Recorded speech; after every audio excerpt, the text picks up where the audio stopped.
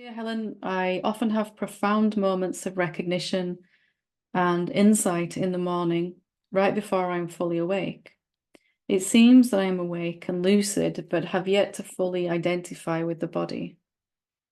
This morning, I had the distinct experience that sensations and thoughts floated through with such a lack of resistance that I felt transparent.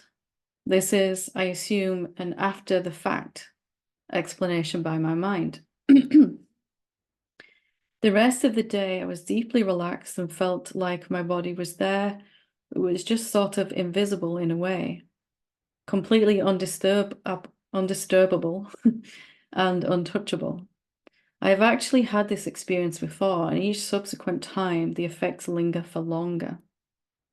I guess I just wonder if being fully awake feels a bit like this. Could awakeness simply be a deep and profound lack of resistance? Deeply grateful for your teachings. Yeah, a deep and profound lack of resistance. Even a lack of resistance to our resistance. Even a lack of resistance to the fact that we really do not like something that's happening in our life. An inability to be inauthentic. If we're angry, we're angry. If we're resisting, we're resisting. If we're scared, we're scared. If we're peaceful, we're peaceful. So this lack of resistance, I love the way you've put this. A deep and profound lack of resistance. That is it, right? Just being what you are in this moment, or being with what is, same thing. And most of all, like I was saying earlier, not telling stories about why anything is happening. In truth, you don't know why something is happening. Mind has 64,000 stories about why any particular event is happening in our life, or any emotions coming up, or any thoughts are happening. What if you were totally able to just let mind speak? If we're not pushing it against it even slightly, the mind, it would just float on through like you've described here. A little thought goes past it, says, I'm not good enough. And then another one goes past it, says, you're doing this all wrong. And then the next one says, you're getting this. And then another one says, I'm just watching these thoughts. And still the awareness that you are just watches all of that. And as you said so rightly here, it lingers longer each and every time.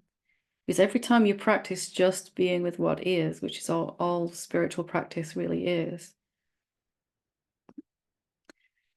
you're a little bit less able to go back to resisting something afterwards, telling stories about it. We go back to telling stories, but it's a little less comfortable. And finally, when it's totally uncomfortable, we just end up being with what is. What if the mind was just another object in the room and it was just telling stories about nobody in particular? What if it was just a voice floating through the awareness? Why do we feel we need to listen to it? Because then whether you're in that quiet space right before the mind fully kicks in the morning, or whether it's fully doing its thing and really having at it, it doesn't actually matter then, right? It's the same experience all the time. You never come out of spiritual practice the way you go in. You cannot come out of authentic practice, meditation, inquiry, contemplation, whatever, the same way that you started it. You're changed. A little less able to believe thoughts every single time. You just do that consistently enough, and what you described here becomes your constant experience. And then it becomes effortless. Then it becomes really peaceful. Then it becomes really joyful, and on it goes.